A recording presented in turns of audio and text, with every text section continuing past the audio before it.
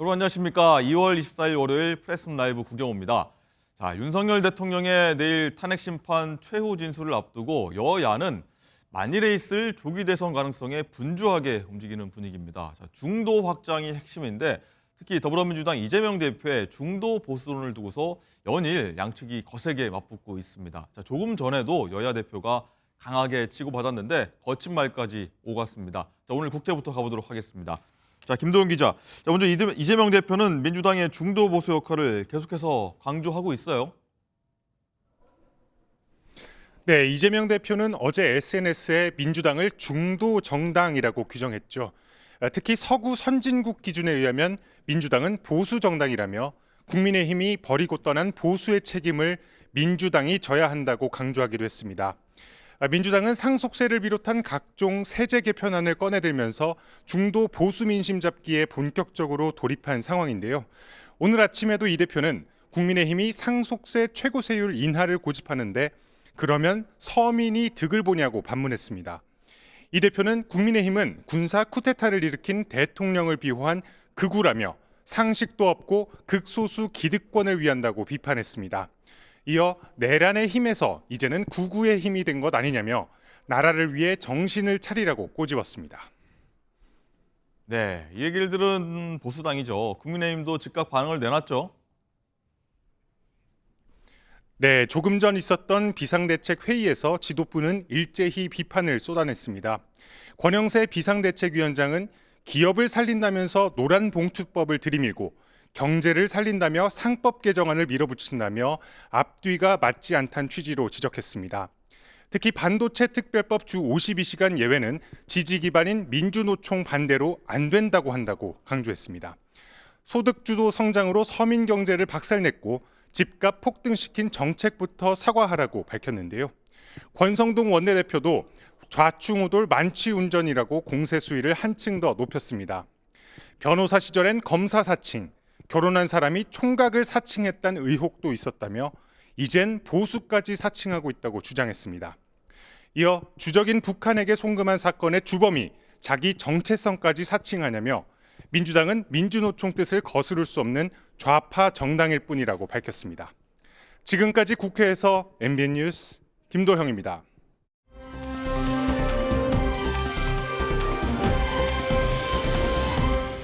조기 대선이 벌어진다면 중도층을 잡아야 한다.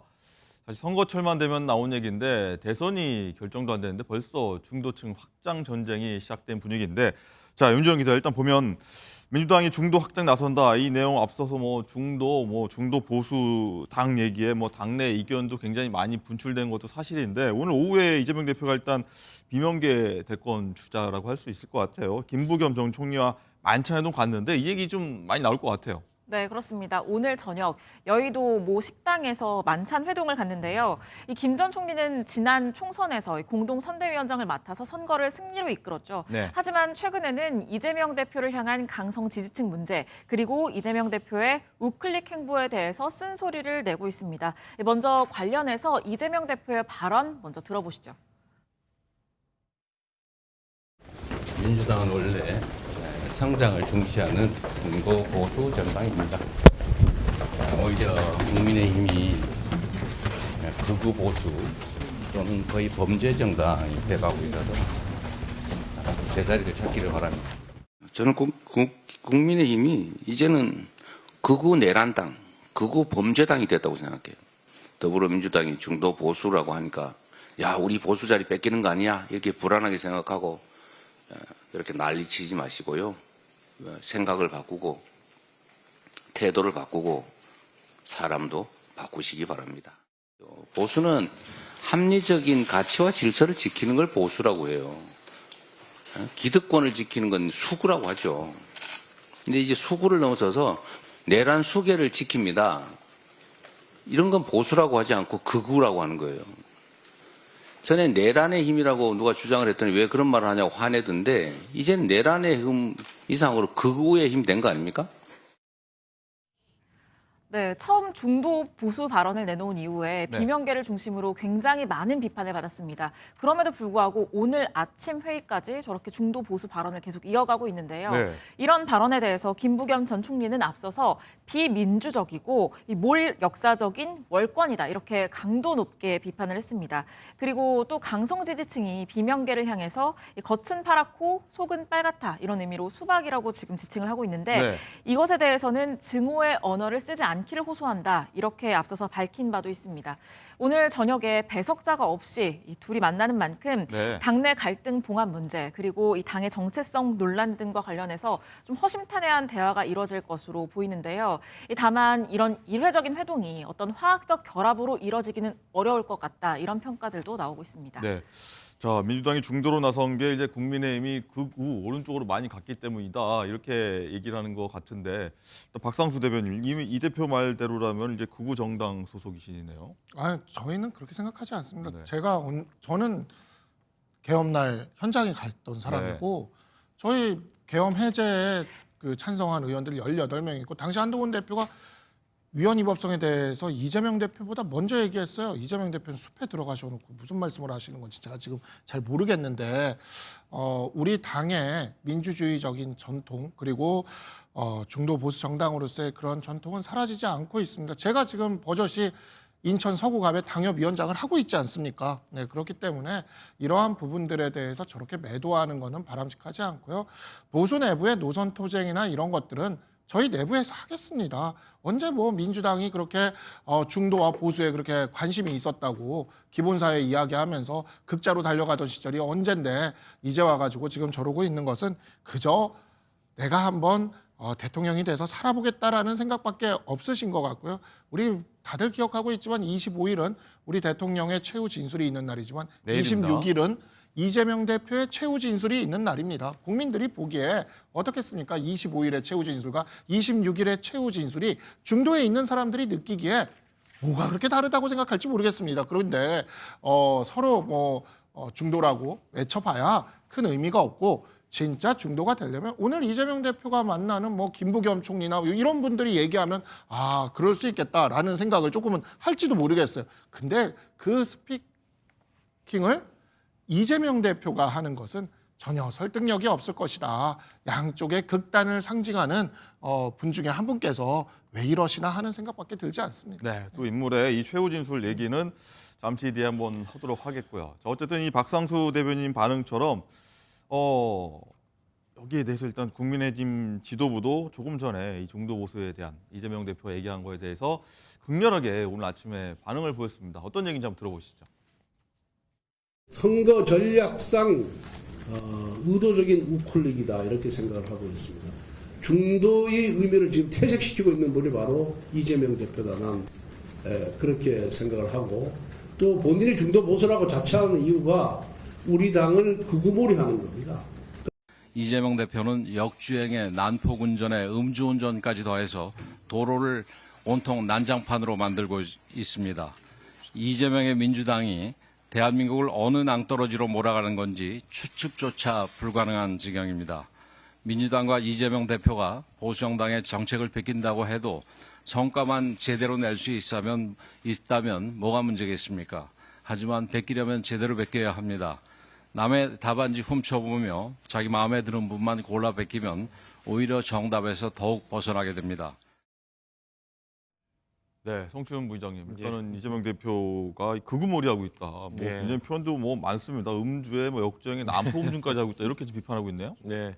근데 저희가 말씀드리고 싶은 건 저희가 극우몰이를 한 게 아니라 여러분들이 오른쪽으로 뚜벅뚜벅 걸어가신 겁니다. 그렇게 말씀을 드리고 싶고 저는 박상수 변호사님이나 이렇게 그 계엄의 날 밤 안에 그때 가서 그 해제 투표에 찬성하셨던 분들 그분들은 국어가 절대 아니라고 생각합니다. 네. 하지만 그분들을 제외하고 뭔가 지금 계속해서 뭔가 헌법 시스템이라든지 사법 시스템을 부정하는 발언들을 방관하고 방조하는 분들이 있거든요. 그런 분들이 오른쪽으로 하도 걸어갔기 때문에 우리가 뭔 것이 아니라 그분들이 걸어갔다는 말씀을 드리고 싶고 사실 민주당은 중도 진보와 중도 보수까지 아우르면서 항상 이념 투쟁, 노선 투쟁을 해왔던 정당입니다. 이번에 이재명 대표에 대해서 우측 깜빡이를 켜고 좌회전하는 거 아니냐 이런 비판을 하잖아요. 네. 요 반대되는 얘기를 한 20년 전에 나왔었거든요. 노무현 대통령에 대해서는 좌회전 깜빡이를 켜고 우회전한다는 비판이 있었어요. 노무현 대통령 같은 경우는 우리 당에서 가장 진보적 이념을 주창하셨던 분임에도 불구하고 현실적인 한계, 당내 역량의 한계 이런 것들 때문에 어쩔 수 없이 한미 FTA라든지 이라크 파병이라든지 보수적 정책을 할 수밖에 없었던 그런 현실 때문에 우회전했던 거 아니냐는 비판을 받았던 거거든요. 근데 그런 것처럼 문재인 정부 때는 그 과거에 참여정부의 어떻게 보면 약간의 실패 이런 것 때문에 진보 정책을 상당히 강하게 밀어붙였습니다. 뭐 노동시간 단축, 뭐 최저임금 10,000원 이런 것들의 속도를 내면서 이런 것들에 대한 좀 반작용이 있었던 건 아니냐. 후폭풍이 있었던 건 아니냐는 비판이 있기 때문에 그러면 우리 당이 다음으로 나갈 방향은 어디냐. 그래서 저는 이재명 대표가 우리는 중도 보수로 가야 한다고 말씀하신 거라고 보고요. 다만 김부겸 전 총리나 아마 임종석 전 실장 이런 분들은 계속해서 아니다. 진보 노선을 견지해야 된다고 주장하실 겁니다. 당 내에서 이거 다양한 토론이 이루어질 것이고 그것을 통해서 노선을 정하면 되는 것이지 뭔가 지금 우리가 뭐 전략적으로 뭔가 지금 어떻게 보면 전략적이죠. 대선을 앞두고 그리고 우리가 이전 정부 문재인 정부에 대한 뭐 반성이나 개선을 위해서 중도 보수가 맞다고 생각한다라고 주장할 수 있는 것이기 때문에 저희 당의 노선 투쟁은 노선 투쟁대로 할 것이니 아까 박성수 변호사님께 좋은 말씀 해주셨잖아요. 보수 안에서도 지금 합리적 보수를 주창하시는 분들의 목소리가 좀 너무 작아요. 그런 분들의 목소리가 더 커지고 진정한 토론이 이루어질 때 저는 보수가 바로 설 수 있다고 생각합니다. 네, 박성수 대변인. 일단은 이재명 대표가 오늘 일단 극우의 힘이다까지 이제 정의를 규정을 해버렸고 성춘 부의장은 오른쪽으로 국민의힘이 간 것이다 이렇게 좀 비판하시네요. 그러니까 뭐 사실 소위 말하는 권영세 권성동 지도부도 이러한 말을 듣는데 어느 정도 책임은 있다고 생각을 합니다. 네, 그동안에 이제 우리의 행보라는 것이 요즘에 제가 시중에 도는 말을 듣는데 쌍권이의 쌍전이다 뭐 이런 말을 듣죠. 쌍전. 네. 쌍전은 누굽니까? 전광훈 전한길. 아, 네, 그래서 이런 말이 지금 시중에 돌고 있더라고요. 쌍권이의 쌍전이다. 네. 오죽하면 당의 비대위원장 원내대표라는 투톱이 그 현재 집회에 나가서 집회를 주도하는 두 연사죠. 두 연사들 밑에 있다라는 이런 평가가 시중에 돌 정도로 이렇게 비춰지니까 항상 이게 문제거든요. 비춰지니까 저는 권영세 비대위원장이나 권성동 원내대표가 지금 오늘 이야기하는 걸 봐도 그렇지만 그리고 실제 스탠스도 그렇게 극우적이지는 않다고 알고 있어요. 물론 우리 당에 윤상현 의원이나 이런 분들처럼 아주 극단적으로 가시는 분들도 있긴 하지만 그렇지 않고 이분들은 그래도 나름대로 중립적인 걸 하는 것처럼 보이는데 그럼에도 이제 뭐 구치소 면회라던가 기타 등등의 메시지라던가 한동훈 대표를 쫓아낼 때 과정이라던가 이런 것들이 쌍권이의 쌍전이다라는 시중의 말이 나올 정도로까지 만들어 버린 거니까 이에 대해 어느 정도 책임이 좀 있다고 보고요. 오늘 뭐 유승민 전 의원이나 안철수 의원 같은 분들 이런 분들도 이 점에 있어서 비판을 하고 나오지 않습니까? 이런 분들도 또 나름대로 우리 당 안에서는 극우적인 어떤 흐름에 대해서 반발을 하는 분들이거든요. 그러니까 이러한 움직임들이 우리 당 안에 분명히 존재하고 있고 제가 언더73 분들이랑 김현철 이사장을 만나러 갔을 때 김현철 이사장이 이 말씀을 하셨어요. 우리가 민주계로 들어갔을 때 약 한 20% 정도였다. 당시 민자당에서 지분이. 근데 3년 만에 20%가 100%가 됐다. 그러면서 이 민주주의적 전통을 갖고 있는 우리 당의 사람들이 그러한 노력을 앞으로 해야 된다라는 얘기를 하셨거든요. 저는 충분히 그럴 수 있으니까 이재명 대표는 그냥 하던 일 하시고 이 중도 보수의 것을 이렇게 욕심내지 않았으면 좋겠다라는 생각이 듭니다. 네. 어쨌든 이렇게 여야 지도부가 아침부터 굉장히 좀 중도 보수 얘기를 두고 세게 맞붙었는데 급기야 좀 감정 싸움으로 번지는 양상도 보였습니다. 서로 뭐 사기꾼이다 이렇게까지 얘기를 했는데 한번 들어보시죠. 주적인 북한에게 송금을 한 사건의 주범이 중도니 보수니 하며 자기 정체성까지 사칭하고 있습니다. 변호사 시절에는 검사를 사칭했고 결혼한 사람이 총각을 사칭했다는 의혹도 있었습니다. 이제는 당 대표가 되어 보수까지 사칭하고 있는 것입니다. 이처럼 수많은 사칭까지 했으니 이제 무엇을 또 사칭하겠습니까? 인생 자체가 사기인 사람이 여의도까지 사기판으로 만들고 있습니다. 저를 보고 무슨 사기꾼 뭐 인생을 사기로 살았네 이런 얘기해요. 왜 욕을 합니까? 이게 집권 여당이 할 짓입니까? 대통령도 세상에 영구 집권해보겠다고 군사 쿠데타를 하지 않나. 그런 사람들을 비호하면서 1호 당원 징계도 하지 않고 오히려 동조를 하지 않습니까? 권영세 비대위원장이 아주 대놓고 다시 12월 3일이 오더라도 자기는 계엄 해제 의결을 하지 않겠다. 지금 그렇게 얘기하지 않았어요? 이게 극우 아니면 뭡니까? 네, 송준 부회장님. 지금 보시는 것처럼 뭐 사기다, 뭐 할 짓이다, 왜 욕하냐. 아침부터 굉장히 험한 말들이 오가네요. 그러니까요. 저렇게 권성동 그 원내대표 같은 발언을 하는 걸 극우라고 하는 겁니다. 그러니까 극우라는 개념이 과거에는 뭐 민족주의 뭐 이런 것들에 기반한 이런 정당의 흐름들을 그 극우 정당이라고 했는데 최근에는 이제 극우 정당의 흐름은 달라졌습니다. 이제 포퓰리즘에 기반한 저렇게 상대 자신들과 의견이 다른 정당과 그런 거에 대해서 혐오하고 배제하고 저런 식으로 자꾸 뭐 사기꾼, 사칭 아니 집권 여당의 원내대표가 아무리 그래도 제1야당의 대표에게 사기꾼이라는 표현을 저렇게 쓰는 것 이런 것들이 극우 포퓰리즘 정당들이 하는 행태거든요. 그렇기 때문에 저런 행동들을 보였기 때문에 사실 중도층들이 떠나고 있는 겁니다. 저는 저런 식의 발언 아까 뭐 그 양건 위에 양전 있다고 하셨는데 저는 프레스룸 라이브 나와서도 계속해서 뭐 전환길 강사나 이런 분들의 선을 넘는 발언들에 대해서 국민의힘 지도부가 저거 자제시켜야 된다. 저거는 보수의 가치에 맞지 않는다. 보수의 제일 가치가 뭡니까? 헌법 소유입니다. 이거는 김상욱 의원이 그 탄핵 찬성 투표를 하겠다고 했을 때 본인이 얘기했던 겁니다. 제 보수의 제일 가치를 왜 우리가 이렇게 지키지 않고 어긋나야 되느냐라고 주장을 했던 건데 그런 것들을 안 하는 모습들을 방관하고 내비두니까 그러면서 자꾸 제1야당 대표들의 혐오의 발언을 쏟아내니까 중도층의 민심이 떠나고 있는 것인데 그걸 여전히 인지를 못하고 저런 식의 발언을 하고 있다. 저는 국민의힘이 이 중도 보수를 점점 본인들이 또 오늘 아침 발언으로 한 발자국 더 오른쪽으로 가신 거거든요. 그러면 저희에게는 중도 보수로 갈 길이 더 열린 거죠. 그렇기 때문에 전 국민의힘 내부에서 저런 발언들, 저렇게 자꾸 오른쪽으로 가는 발언들에 대해서 자제시키는 발언이 나오지 않는 한 국민의힘은 계속해서 극우정당이라는 프레임에서 벗어날 수 없을 거라고 생각합니다. 네. 자, 지금 중도층 움직임은 어떻길래 중도층 잡아야 되는지 서로 양측이 좀 바꾸고 있는지 한번 볼 텐데 윤지영 기자, 지금 중도층의 움직임, 여론조사는 어떻습니까? 네, 최근 한국갤럽 여론조사를 보면 이 중도층에서 민주당 지지도가 42%, 반면 국민의힘은 22% 그쳤습니다. 격차가 20%포인트까지 벌어진 건데요. 네. 바로 전주까지만 해도 이 중도층 지지도 격차가 민주당이 37%, 국민의힘 32%로 오차범위 내까지 좁혀졌었는데 한 주 만에 굉장히 크게 벌어진 겁니다. 리얼미터 여론조사 결과도 나왔는데요. 여기에서는 국민의힘이 보수층에서 압도적인 지지를 받으면서 국민의힘 지지율은 42.7%, 민주당은 41.1%로 오차범위 내에서 국민의힘이 앞서는 것으로 나왔기는 했습니다만 중도층만 보자고 한다면 이 민주당은 중도층에서 45.6%의 지지를 얻었는데 네. 국민의힘은 35.3%를 얻어서 중도층에서 10.3%포인트 뒤지는 것으로 나타났습니다. 그렇군요.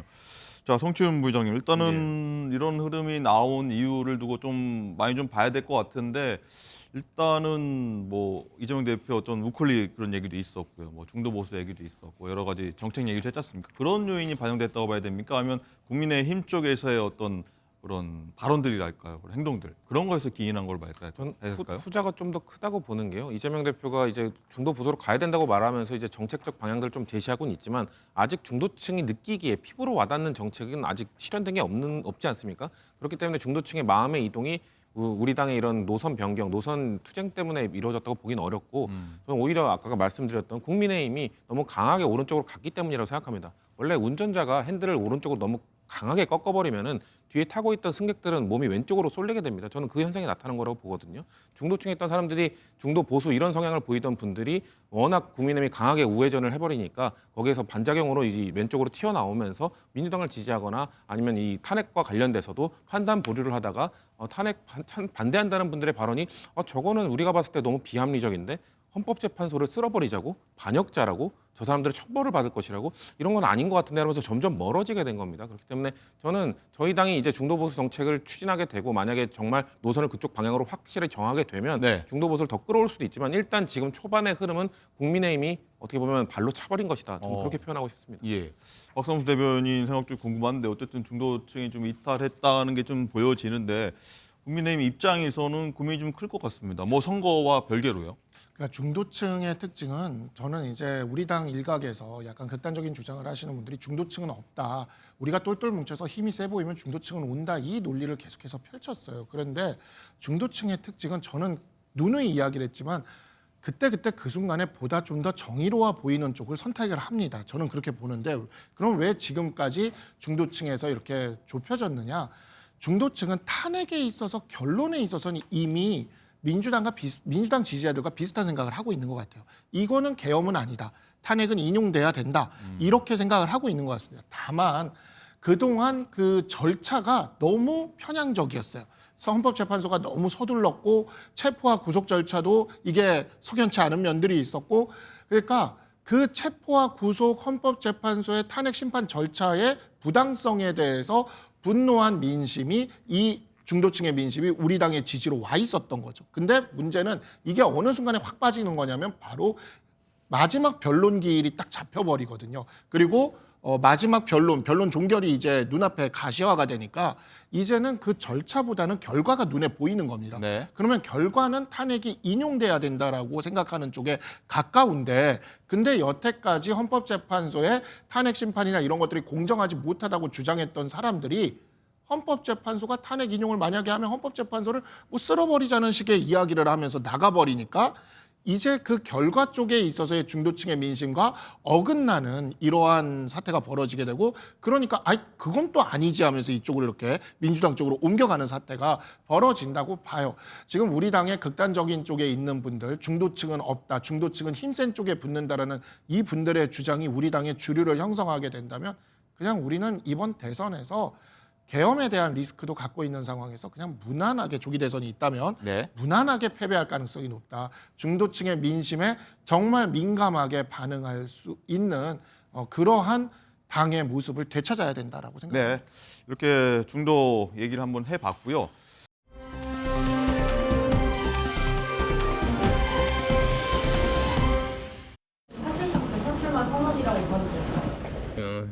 여러분들 생각하시는 대로 생각하시면 됩니다. 사실 저는 지금까지 정치하면서 항상 국민을 최우선으로 맨 앞에 서 있었습니다. 비록 다른 생각들은 다르더라도 이재명 후보만은 대통령이 되어서는 안 된다는 그 생각만 같다면 다 함께 모여서 50%를 넘기는 그 방법만이 우리가 정권을 계속 유지할 수 있는 방법이다. 이렇게 저는 그 강성 지지자분들께 호소드리고 싶습니다. 네, 아마도 대권 주자라고 불리는 인물 중에서는 아마 첫 번째로 좀 선언한 게 아닌가 싶은데 성추문 부의장님 상대방 입장에서 좀 어떻게 보시는지 궁금한데 벌써 안철수 의원 같은 경우에는 몇 번째인 것 같아요, 대선에서. 네 번째입니다. 예, 네 번째. 어떻게 보십니까? 제가 알기로 저는 김대중 대통령이 4번째 대선 만에 당선이 되셨고 그 이외에 대선 후보로 4번이나 나온 분은 전 기억이 나는 부분이 없거든요. 그렇기 때문에 이번에는 꼭 완주하시길 바란다는 말씀을 드리고 싶습니다. 왜냐하면 첫 번째 나오셨을 때는 문재인 후보를 지지하면서 사퇴를 했고 네. 두 번째 때는 완주했고 세 번째 때는 윤석열 후보를 지지하면서 사퇴를 했습니다. 네. 네 번째는 꼭 완주하시길 바란다는 말씀을 드리고 싶고 근데 네 번째 정도 대선을 나오는 분이면 이제 좀 안티테제 말고 다른 좀 정책이나 이런 비전을 제시해야 되는 게 아닌가. 제 기억에 2012년에 나오셨을 때는 박근혜는 되면 안 된다였고요. 2017년 때는 문재인은 되면 안 된다. 네. 2022년에는 이재명은 되면 안 된다. 이게 안철수 후보가 내세웠던 겁니다. 그렇기 때문에 안철수의 정치가 뭔지 아직 저도 한 15년이 지났지만 명확히 잘 모르겠습니다. 극중주의를 주장하셨던 도 있고 뭐 실용주의도 가끔 얘기하셨는데 대체 안철수의 정치가 뭔지는 이번에 완주하시면서 꼭 국민들께 좀 전달해달라 이 부탁드리고 싶습니다. 네, 완주하라는 당부셨고 박상수 대변인은 어떻게 보십니까? 안철수 의원의 경쟁력, 당내 경쟁력부터 일단 봐야 되지 않습니까? 안철수 의원을 따르던 분들이 당내에 굉장히 많았었죠. 근데 지금은 사실 조금 찾아보기가 힘든 그런 상황이고 심지어 이제 국민의당에서 우리 당의 지난 대선 때 2022년 대선 때 들어오셨던 분들도 많이 주변을 지금 떠나 있는 상황입니다. 지금 이제 영상에도 나오고 있는데 저는 메르스 때 안철수 의원이 저렇게 현장에 메르스 때가 아니죠. 저 때 이제 코로나 때죠. 코로나 때 현장에 저렇게 가신 거 굉장히 용기 있는 행보였다고 생각을 합니다. 근데 그와 같은 용기 있는 행보를 계속해서 이어가지 못했던 지점이 지금 안철수 의원을 따르는 사람들이 점점 줄어들게 된 이유인 것 같아요. 마라톤도 하고 있고요. 네, 그렇기는 하지만 현재 우리 당에 어찌 보면 극우화라고 할 수 있는 극단화, 이 극단화라는 것을 막아내는 그러한 역할에서는 분명히 역할이 있을 거라고 생각을 합니다. 네, 어떤 역할이 있을까요? 뭐 앞으로 그와 같은 극단적인 이제 주장을 하시는 분들이 또 있지 않겠습니까? 저는 진짜 당내에서 이렇게 패널들 만나도 우리 당의 패널들을 만나도 정말 대놓고 중도는 없다라는 이야기를 자신 있게 얘기하시는 분들을 보고 있으면 약간 정신이 아찔해질 때가 많거든요. 근데 적어도 안철수 의원은 중도는 없다는 소리는 하지 않는 분입니다. 예, 그러니까 그런 점만 해도 현재 우리 당 안에 있는 탄핵에 찬성했고 계엄에 반대했고 중도를 지향해야 된다라는 정치 세력들에게는 나름대로 힘이 될 수 있을 거라고 생각합니다. 2030도 여전히 좀 지지를 한다고 보십니까? 글쎄요. 안철수 의원이 아까도 이야기를 드렸듯이 그 코로나 때 대구에 홀로 가시는 그러한 용기를 계속 유지했다면 네. 계속 있었을 겁니다. 진짜 지금 보면은 국민의당 때 안철수 의원과 같이 오신 분들 중에 소위 말하는 친한계로 와 계신 분이 굉장히 많아요. 굉장히 많습니다. 이런 것들이 좀 많은 것을 시사해 준다고 생각을 합니다. 알겠습니다. 자, 그리고 여권 잠룡하면 한동훈 전 대표도 빼놓을 수가 없는데 저희가 지난주 몇 차례 전해드렸는데 책이 곧 출간된다 이런 소식이요. 자, 윤정 기자, 근데 이 한동훈 전 대표의 저서가 베스트셀러 1위에 올라서 네. 뭐 친윤 그리고 친한계가 뭐 여기 친한계 인사가 있으셔서 좀 잠시 뒤에 말씀하시겠지만 신경전도 많이 벌어지고 있다고 하죠. 네, 그렇습니다. 한동훈 대표 직접적으로 언급을 하지는 않고 있지만 행보 자체만 본다면 뭐 치러질지 모르는 조기 대선을 향하고 있는 것으로 보여집니다. 지금 온라인에서 베스트셀러 1위에 오르고 있는 이 책도 아직 정식 출간이 되지도 않았는데 네. 이 사실상 대선 출마 선언문이다 이런 평가를 받고 있는데요. 한 전 대표는 이제 책이 출간이 되면 전국을 돌면서 북콘서트를 여는 방안을 검토하고 있는데 이 북콘서트에서 자연스럽게 12.3 비상계엄 그리고 윤석열 대통령에 대한 탄핵 심판과 관련된 문답이 오갈 것으로 보여지고요. 또 물밑에서도 이른바 이 한동훈 캠프의 윤곽도 상당 부분 갖춰진 것으로 지금 전해지고 있습니다. 박상수 대변인도 속해 계신데 네. 친한계 인사들 언더 73 모임을 만들어서 이미 한 전 대표를 지원 사격하고 있고요. 이런 한 전 대표의 행보에 친윤계는 좀 날카로운 시선을 보낼 수밖에 없는 상황인데요. 일례로 윤상현 의원은 지금은 한동훈 전 대표의 시간이 아니다라면서 대통령의 시간을 침해하지 말라 이런 경고를 보내기도 했습니다. 네, 박상수 대변인께 한번 여쭤봐야 될 것 같은데 뭐 4만 부가 팔렸다, 예약이 됐다, 뭐 이런 얘기 들리는데 한동훈 대표는 실제로 이런데 기사를 좀 접할 것 같은데 많이 좀 고무돼 있습니까? 아니면 좀 이 현상을 어떻게 지금 보고 있답니까? 그러니까 저희들이 이제 요즘에 여론조사 결과가 나오는 거를 볼 때 어떤 생각이 드냐면 정말 많은 분들이 우리 당에 대한 실망이 지금 많이 큽니다. 그러다 보니까 그런 분들이 이제 침묵을 하고 계시는 거죠. 의사 자체를 표현을 하질 않아요.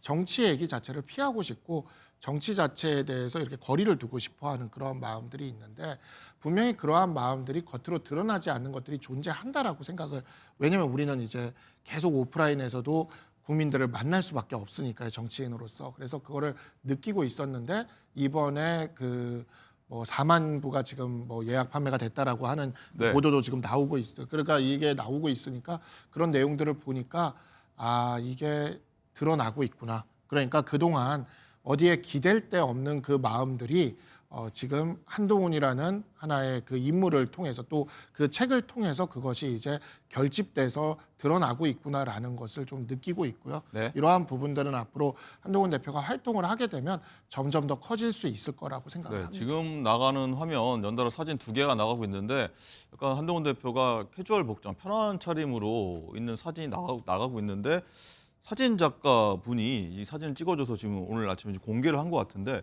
저런 그건 뭐 예정이 돼 있던 겁니까? 어떻게 된 겁니까? 어떻게 해서 저런 화보를 일종의 찍게 된 것 같은데. 저 사진 작가분 저는 몰랐는데 되게 네. 유명한 분이시더라고요. 네. 근데 저는 몰랐어요. 몰라가지고 그래가지고 그냥 이제 대표님이 이걸 사진 이렇게 뭐 올리시면서 찍어주고 싶다 그래서 이렇게 응했다고 하시더라고요. 그래가지고는 그랬다고 하는데 이제 우리 쪽 한동훈 대표 쪽에 정치하시는 분들이 사실은 잘 몰라요. 이게 사진이나 이런 거에 대해서 네. 잘 모르다 보니까 그래서 어떤 분은 이제 춥지 않으셨어요. 그러면서 저기 최근에 찍어서 최근에 찍었으니까 추운 날씨에, 네, 예. 추운 날씨에 이게 춥지 않으셨어요. 그랬는데 근데 어쨌든 간에 그만큼 이렇게 지금 보면은 저도 언더 73을 하다 보니까 팬아트 같은 걸 그려서 보내주시는 분이 있는데 너무 좋아요, 팬아트가. 근데 그렇게 한동훈 대표를 그냥 응원하면서 그렇게 해주시려는 분들이 있는 것 같고 다 받을 수는 없지만 또 대표님이 여기에는 좀 응하신 것 같다라는 생각이 듭니다. 네, 성추인 부의장님 일단은 뭐 국민의힘 내부에서는 친윤계 의원들 같은 경우 굉장히 좀 지금 현재 대통령의 탄핵 심판이 끝나지 않은 상태에서 한동훈 대표가 나서는 모습에 대해서 굉장히 좀 불쾌감을 좀 드러내고 있거든요. 실제로 정치에 복귀해서 나온다고 하면은 경쟁력은 얼마나 있으리라 보십니까? 저는 탄핵 심판이 인용될 거라고 보기 때문에 조기 대선으로 넘어가면 보수의 지형이 확 바뀔 거라고 봅니다. 지금은 뭔가 보수 지층에서 아직까지도 끝까지 희망을 버리지 않고 대통령의 탄핵을 막아줄 수 있는 사람을 찾고 있기 때문에 김무수 장관의 지지율이 좀 높게 나타나는 것이고, 하지만 탄핵 심판이 이루어진 이후에는 누가 확장성 있는 후보인가로 뭔가 지형이 확 바뀔 것이기 때문에 그렇게 되면 한동훈 전 대표의 입지가 나쁘지 않죠.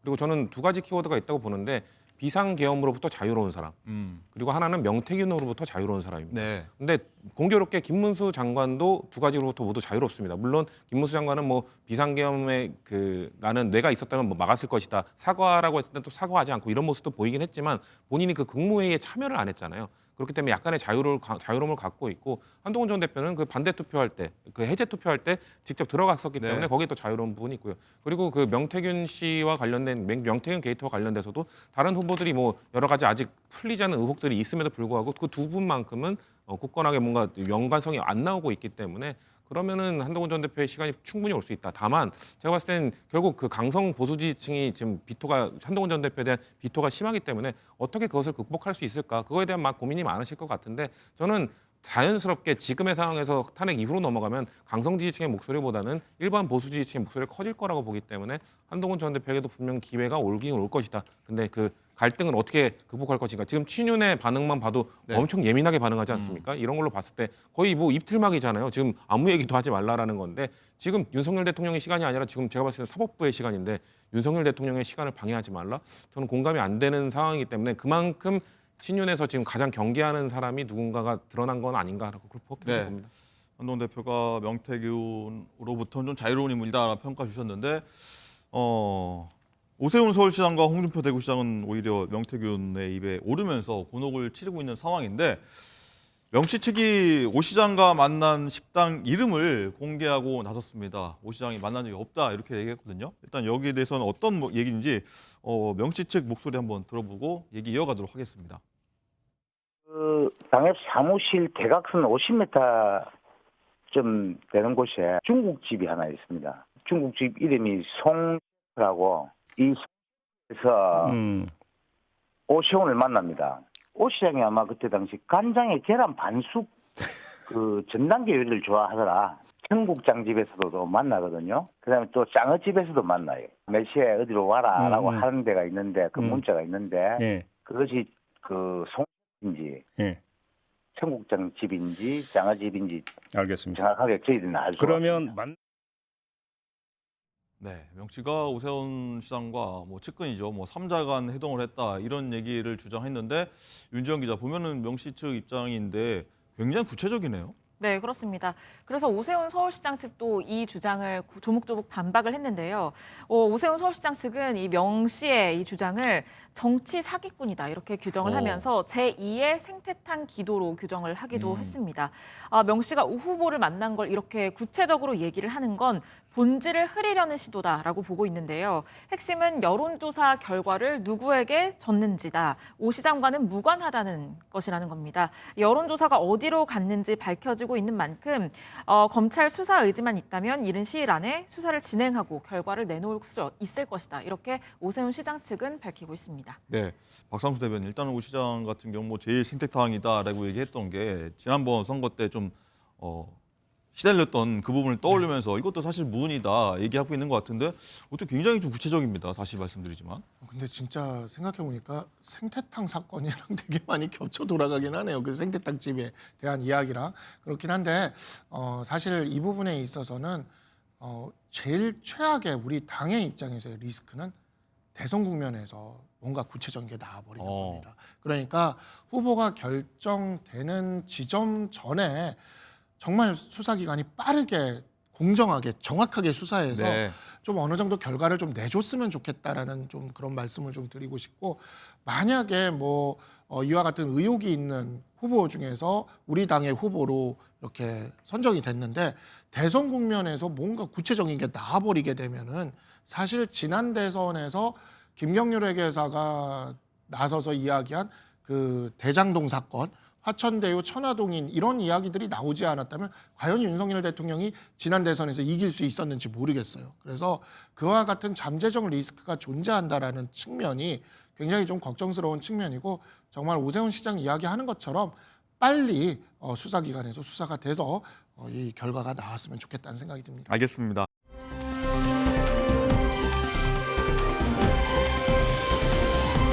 내일이 윤 대통령 탄핵 심판 마지막 변론 기일입니다. 윤 대통령이 내일 최후의 진술을 하게 되는데 무죄한으로 할 것 같다 이런 얘기가 나오고 있는데, 윤정 기자, 근데 이 모레 같은 경우는 이재명 대표의 공직선거법 위반 사건 항소심 재판도 있죠. 여기에 따라서 일단 조기 대선 지형이 요동칠 것 같다 이런 평가도 나옵니다. 네, 그렇습니다. 하루를 두고 이제 재판이 마무리 수순에 들어가게 되는 건데요. 두 재판 모두 선고 시점 그리고 내용에 따라서 조기 대선 지형이 요동칠 것으로 보입니다. 탄핵 심판의 경우에는 일단 내일 변론이 종결이 되면 3월 중순에 헌법재판소의 결론이 나올 것으로 보입니다. 물론 헌재가 탄핵안을 기각한다면 대통령이 즉각 직무에 복귀하게 되겠지만 만약에 탄핵안을 인용하게 된다면 대통령 거리 시 60일 이내에 후임자를 지정하게 돼 있기 때문에 이 헌법 조항에 따라서 5월 중순에는 조기 대선을 치르게 됩니다. 이재명 대표에 대한 항소심 역시 3월 중에는 선고될 가능성이 굉장히 높은데요. 핵심은 이재명 대표에 대한 대법원 선고가 언제 나올지입니다. 이 대표는 1심에서 징역 1년에 집행유예 2년 선고받았죠. 그렇기 때문에 만약에 조기 대선이 5월 중에 치러진다고 하더라도 대선 전에 이 형이 확정이 되게 된다면 이 대표는 대선에 출마를 할 수가 없습니다. 이 조희대 대법원장은 앞서서 이 공직선거법 강행 규정이 1심 6개월, 항소심, 상고심은 각각 3달 안에 종료를 강조하고 있는 만큼 대법원도 심리의 속도를 낼 가능성이 굉장히 높습니다. 대선 레이스 중에 대법원 선고를 받을 수도 있는 상황인데요. 다만 법조계에서는 이 상고심 소송 절차에 소요되는 시간만 1달 정도가 필요하기 때문에 이 3월 중에 항소심 선고가 나온다고 한다면 5월 중순에 치러질 이 조기 대선 전까지 대법원 확정 판결이 나오기는 어렵다. 이렇게 보는 분석이 많습니다. 그런데 이 또 헌재 탄핵 심판 평의와 평결이 생각보다 굉장히 길어질 수도 있잖아요. 앞서서 이 두 전직 대통령에 대한 이 선고가 14일, 11일 만에 나왔다는 이유로 지금 2주를 보는 건데 이게 생각보다 길어져서 탄핵 심판 선고 자체가 늦어지는 경우에는 뭐 이재명 대표에 대한 대법원 판결이 탄핵 심판 결과보다 더 일찍 나올 가능성도 배제할 수는 없습니다. 네, 윤정 기자 설명 들어봤는데 박상수 변호사님, 일단은 윤 대통령 탄핵 심판 선고, 이 대표의 항소심 선고, 일단 어떤 게 더 먼저 나오리라고 보십니까? 그 시기까지. 현재 뭐 저는 그래서 이걸 어떤 다른 방송에서 그렇게 얘기를 한 적이 있는데, 헌법재판소와 대법원의 달리기죠, 달리기. 지금 달리기가 지금 시작된 거라는 생각이 들고요. 헌법재판소와 대법원의 관계도 공수처와 검찰의 관계만큼이나 공수처, 검찰, 경찰의 관계만큼이나 상당히 미묘합니다. 우리 서로 눈치를 봅니까? 눈치 보는 게 아니라 서로를 약간 견제도 하면서 경쟁 관계로도 보면서 약간 공수처랑 검찰을 생각하시면 돼요. 딱 그 정도로 이렇게 생각을 하시면 되는 그러한 부분이 좀 있어가지고, 헌재가 대통령에게 대해서 이렇게 대통령의 진퇴를 결정짓게 됐을 때 대법원, 그러니까 법원이 이재명 대표에 대해서도 또 어떠한 결과를 낼 수가 있는데, 문제는 그 둘이 지금 현재 거의 달리기를 한다라는 느낌을 제가 받기 시작을 했던 게, 헌재의 빠른 속도를 보면서 사실상 고등법원에서 26일에 결심하겠다고 거의 꽂아버렸잖아요. 이렇게 날짜를 정해버렸잖아요. 이런 경우가 거의 없거든요. 재판을 하다 보면은. 근데 이거는 거의 법원의 의지를 드러낸 것이어서 그래서 사실 어찌 보면은 헌법재판소와 법원 간의 그 미묘함이 있을 거고, 전 국민적으로 이렇게 바라봤을 때도 서로 빠르게 내려고 노력할 수 있을 것 같습니다. 현재 그럴 것 같고, 전 국민이 이렇게 국민들이 이렇게 보더라도 지난 한 3년이 윤석열 대통령과 이재명 대표의 대결이었어요. 그냥 그 그런 대결이었고 시각이 많죠. 예, 그런 시간들이었고 그렇기 때문에 헌법재판소는 윤석열 대통령에 대해서 단죄를 했는데 법원은 이재명 대표에 대해서 봐주기를 했다. 이런 얘기를 법원이 원하지는 않을 거라고 봅니다. 그리고 어느 한쪽이 먼저 내면은 다른 한쪽은 부담이 생깁니다. 영향을 받아서 부담이 생기니까 그래서 서로 약간 먼저 내기 위한 약간의 눈치 게임이 펼쳐질 것이고 그러한 부분들이 결과에도 어느 정도 영향이 있을 것 같다는 생각이 듭니다. 네. 홍춘 부의장님, 일단 여당에서는 보면 헌재가 탄핵 심판 선고 지금 하면 안 된다. 이렇게 좀 압박을 하는 모양새가 나오고 있어요. 지금 여당은 계속해서 12월 3일 이후로 시종 1관 사법부의 뭔가 신뢰를 무너뜨리는 그런 발언들을 해왔잖아요. 사실 저는 그런 건 있습니다. 뭐 공수처나 뭐 헌법재판소가 뭐 재판을 진행하는 과정 아니면 수사를 진행하는 과정에서 어느 정도의 공격의 빌미를 제공해 주는 것도 있습니다. 하지만 국민들이 느끼기에는 그런 절차적 문제를 생각하기에는 너무 결과가 명백하다. 지금 너무 대통령의 주장들이 다 탄핵되고 있기 때문에 이 탄핵 심판을 결론을 내리는 데는 무리가 없다라는 국민들이 다수라고 생각하거든요. 그렇기 때문에 지금 절차적 문제, 사실 그래서 선고를 하면 안 된다라고 주장하고 있는 것 자체가 본인들도 결과를 느끼고 있는 겁니다. 아, 이거는 인용이 나오겠구나. 그렇기 때문에 끝까지 이건 사기 탄핵이다, 절차적 문제가 있다라고 하면서 막고 싶은 건데 이건 막을 수 없습니다. 사실 졸속이다 주장을 했지만 지금의 예상 시간, 아까 기자님께서도 말씀해 주셨지만 예전과 같이 14일, 11일 그보다 조금 더 걸릴 경우 과거에 가장 오래 걸렸던 박근혜 대통령이 91일이 걸렸는데요. 네. 아마도 그거보다 더 걸릴 가능성이 며칠이라도 더 걸릴 가능성이 있습니다. 그러면은 네. 박근혜 대통령 때보다 더 시간도 좁고 뭐 마지막 오늘 오늘 있을 최종 변론에서 무제한 변론 기회도 줬고 이런 걸로 봤을 때 국민들이 느낄 때 대통령에게 방어권을 충분히 보장하지 않았다라고 느끼지는 않을 거기 때문에 저는 이제는 받아들일 때도 되지 않았나. 이제는 결과에 대해서 승복하고 결과에 대해서 우리가 국민의힘이 어떻게 하겠다는 모습을 보여줄 때도 됐는데 아마 오늘 대통령의 발언이 나온 이후에는 좀 그런 준비들 하셔야 되지 않겠나라는 말씀 드리고 싶습니다. 네. 말씀드린 대로 윤 대통령의 최후 진술이 내일 있는데 여기 대해서 어떤 메시지가 담겨야 된다, 어떤 내용이 있어야 된다, 이것은 하지 말아야 된다. 많은 얘기가 나오고 있는데 관련해서 여당의 목소리가 준비됐는데 윤 대통령의 선택에 궁금해지는 지점이죠. 한번 얘기 들어보시죠.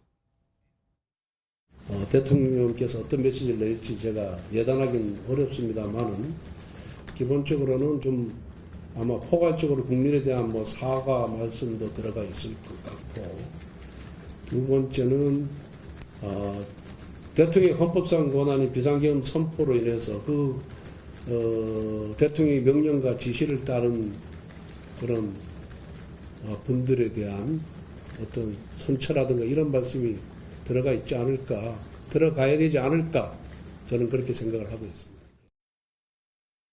네, 박상수 대변인 일단은 뭐 사과도 담겨야 되고 뭐 선처도 해주는 좀 메시지가 있어야 되고 많은 의견들이 나왔는데 일단 윤 대통령이 구치소에서 6필로 굉장히 좀 작성하고 있다 이런 소식까지는 전해졌는데 어떤 얘기들이 이 외에 좀 더 담겨야 된다고 보십니까? 그래서 제가 권성동 원내대표가 그나마 우리 당에서 합리적이고 중도적인 면이 있다라고 하는 지점이 바로 이 발언 같은 이런 지점이거든요. 바로 지금 얘기하는 이러한 지점들이 뭐냐면 지금 현재 그 체포조의 존재라던가 국회 침투라던가 이런 것들에 대해서는 객관적인 팩트 자체를 부정하기 힘든 각종 증언과 물증들이 있어요.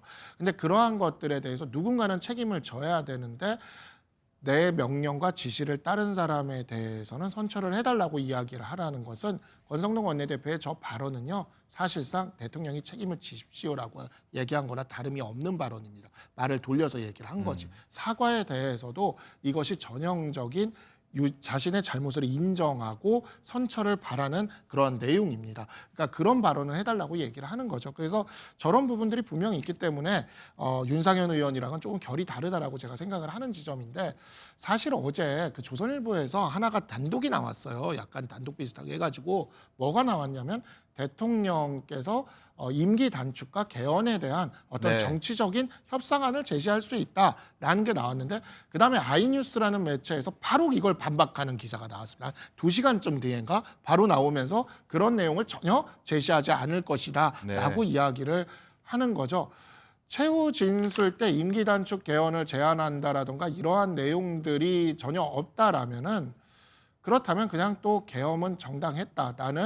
정당한 계엄을 했을 뿐이다. 그리고 체포 지시 같은 건 없었다라고 하는 것으로 마무리될 가능성이 높아졌다. 저는 이제 그 뒤에 뉴스를 보면서 네. 그리고 또 그 윤곽근 변호사의 그 발언을 보면서 그렇게 될 것 같구나라는 생각이 좀 들었습니다. 네. 정치훈 부의장님, 일단은 임기 단축 개헌 가능성은 없다라고 했다고 하면 윤 대통령도 어떻게 보면 최후의 준술이기 때문에 이른바 뭐라고 할까요? 좀 마지막 카드도 분명히 있어야 될 것 같은데 어떤 내용이 담길 거라고 보십니까? 지금 아무래도 저는 박근혜 대통령의 탄핵 인용문 마지막 문단을 좀 떠올려 보면 네. 거기에 피청구인으로부터 헌법 수호의 의지가 느껴지지 않는다.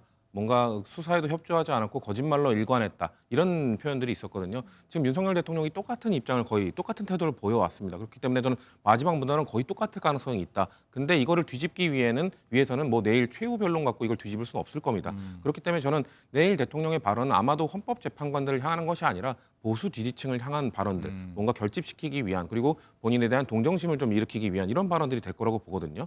그런 차원에서 임기 단축 개헌도 나온 것 같아요. 사실 임기 단축 개헌은 윤석열 대통령이 할 수 있는 게 아니에요. 왜냐하면은 대한민국에서 이 권력 구조와 관련돼서 임기 단축 개헌을 이야기했던 것은 그 대통령의 임기와 국회의원의 임기가 맞지 않다 보니 자꾸 여소야대가 자꾸 발생하고 네. 그걸로 인해 국정 혼란이 나오니 임기를 맞추자 대신에 중임제로 가자 요 얘기였는데 대선 총선 맞추다. 이런 그렇죠. 얘기죠. 그거였는데 지금 윤석열 대통령이 맞출 수 있는 임기는 지금 내년에 있는 지방선거밖에 없거든요. 네. 사실상 지금까지 대한민국에서 논의해왔던 임기 단축 개헌 논의와 동떨어진 이야기입니다. 그렇기 때문에 사실상 불가능한 얘기이기 때문에 대신 이 메시지를 왜 나왔느냐?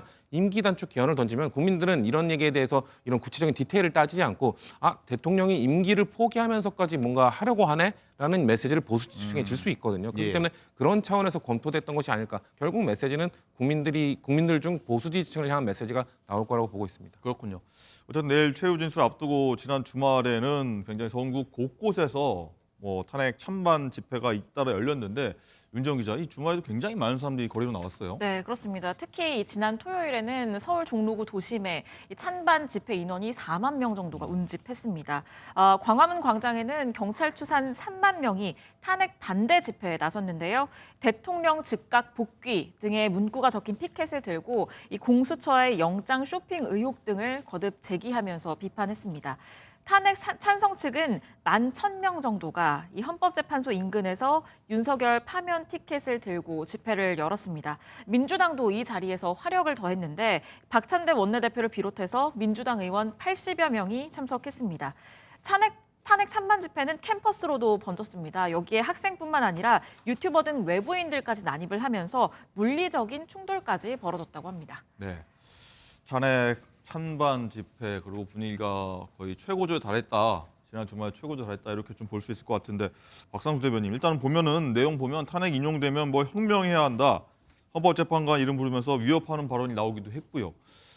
갈수록 좀 격화되는 모양새입니다. 그러니까 바로 이런 지점이 우리 당의 중도층 지지율이 지금 낮아지는 지점으로 보입니다. 그러니까 헌법재판소의 그 불공정한 절차 진행, 체포 구속 단계의 무리한 모습들, 이러한 것들에 대해서 중도층이 분노를 하다가 이런 식으로 혁명을 해야 된다. 헌법재판관 한 명 한 명에 대해서 협박성의 발언이 나오는 것을 보면서 중도층이 야, 이거는 아니지 않느냐라고 생각하면서 확 돌아서는 지금 이러한 사태가 벌어지는 건데, 정말 좀 어찌 보면은 제가 조선일보의 최근의 그 보도 그 스탠스를 보면서 약간 걱정스러움이 있었는데, 오늘인가요? 사설에서 드디어 이제 약간 또 다시 돌아오는 그러한 모습을 좀 보여주고 있습니다. 그러니까 헌법재판소를 공격해서는 안 된다라는 이러한 메시지가 오늘 사설에선가 제가 읽었고요. 그 다음에 이제 어쨌든 윤석열 대통령 측의 변호인인 바로 석동현 변호사도 탄핵 심판의 결과에 대해서 승복하겠다라고 선언을 또 했죠. 네, 그러니까 최근에 앞두고 뭐 승복 메시지가 담겨진다는 말도 계속 그쵸. 많은 분 언론에서 다루고 있고요. 맞아요. 예, 그런 부분들이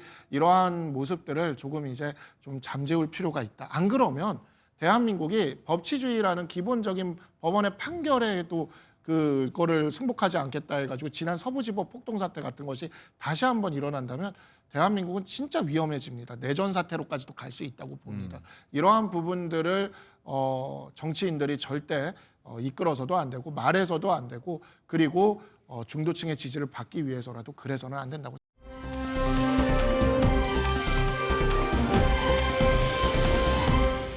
캡틴 아메리카 복장을 하고 중국 대사관 그리고 경찰서 난입했던 윤 대통령 지지자 안모 씨라는 사람이 있는데 구속이 됐습니다. 근데 이 알고 보니까 이분이 과거 이력이 그 처음이 아니죠. 네. 상당하더라고요. 지금 뭐 중국 대사관 진입도 시도했었고 과거 그 최근에 그 인권위에서 네. 뭐 대통령 방어권 관련 회의를 할 때도 그때 이 방패를 들고 가서 엘리베이터를 못하게 방해하는 그런 행위까지 화면 했던 나가고 분인데요. 있습니다. 그렇죠. 저분이 2018년에 이 극우 정당인 대한애국당 소속으로 지방선거에도 나온 적이 있고요. 본인이 미군 장교라고 주장을 하고 있는데 알고 보니까 육군 병장 출신이더라라고 얘기가 나오고 있는 걸 봤을 때 저는 저 정도로 계속해서 그리고 저도 영상을 좀 봤는데 네. 매우 이 중국 대사관 앞을 지키는 분들이나 경찰들에게 매우 위협적으로 태도를 취하더라고요. 저런 분들은 저는 좀 격리가 필요한 분들이 아닌가. 그리고 공권력의 힘을 저런 분들에게 좀 보여줘야 되지 않겠나 싶습니다. 저런 분들을 만약에 제대로 처벌하지 않을 경우 아마 유사 범죄 저렇게 비슷하게 흉내내는 분들이 전 더 나올 수도 있기 때문에 저런 분들에 대해서는 법의 처벌을 확실하게 해줘야 된다고 생각합니다. 네. 자, 많은 분들 어떻게 생각하는지 궁금한데 일단 저분이 출석하면서 영어로 욕설까지 했다고 하는데 저분은 어떤 처벌 받습니까? 저렇게 하는 행동들에 대해서는 뭐 처벌 조항들은 많이 있죠. 뭐 예를 들어서 주거 침입이라던가 폭행이라던가 뭐 공무집행 방해라던가 뭐 이런 것들은 수없이 많이 나올 건데 그 행동들에 대해서는 근데 이제 제가 좀 굉장히 정말 걱정하는 지점이 뭐냐면 정말 구독자 수에서 최고 상위권을 구성하고 있는 그 극우 유튜버들에서 네. 이분에 대해 설명을 하면서 제가 그 영상도 봤는데 이분에 대해 설명하면서 이분이 블랙 요원 출신인 건 맞다 뭐 이런 식의 네. 말들을 퍼뜨리는 거예요. 예. 그러니까 저는 정말 진짜 이러한 부분들이 정말 큰일이다라는 생각이 들고요. 빨리빨리 이러한 것들에 대해서는 우리가 그 수사기관도 그냥 그 사실 팩트 중심으로 이걸 밝혀줘서 사람들이 선동되지 않도록 하는 것이 중요하다고 생각합니다. 자, 성춘 부위원장님. 그리고 일단 3월 1일 이게 토요일입니다. 아마 또다시 집회가 전국 곳곳에서 있을 것 같은데 충돌도 우려되기도 하고요. 어떻게 보십니까? 저는 안전 문제가 가장 우려되는데 그렇기 때문에 저는 뭐 사실 양쪽 다 마찬가지입니다만 저는 이 선동적 발언을 계속 일삼아 왔던 이 아까 말씀한 양전 전한길 강사의 발언을 과연 국민의힘이 자제시킬 수 있을 것인가? 그분의 발언은 매우 그분 전달력이 좋잖아요. 그리고 그 인기도 많기 때문에 그분이 계속해서 헌법재판관 인용하면은 이거는 민족의 반역자다, 을사오적이다, 이제 천벌을 받을 것이다까지 왔거든요. 3월 1일 내는 얼마나 더 자극적인 발언을 쏟아내겠습니까? 그렇게 되면은 그런 발언 듣는 거 현장 분위기는 좋아지겠죠. 근데 결과가 나왔을 때 그걸 들은 대중들이 못 받아들일 수가 있습니다. 정말 이 사람들 천벌받은 사람들이네, 반역자나 이렇게 될 수 있기 때문에 저는 국민의힘에서 정말 이거에 대해서는 자중을 시키던 발언을 자중시킬 수 없다면 우리 결과가 나오더라도 정말 받아들여야 됩니다. 여러분들이 성숙한 시민의식을 보여줘야 됩니다라는 얘기를 저는 여야 모두 진보 집회, 탄핵 반대 집회, 찬성 집회 양쪽에서 모두 해야 된다고 생각합니다. 알겠습니다.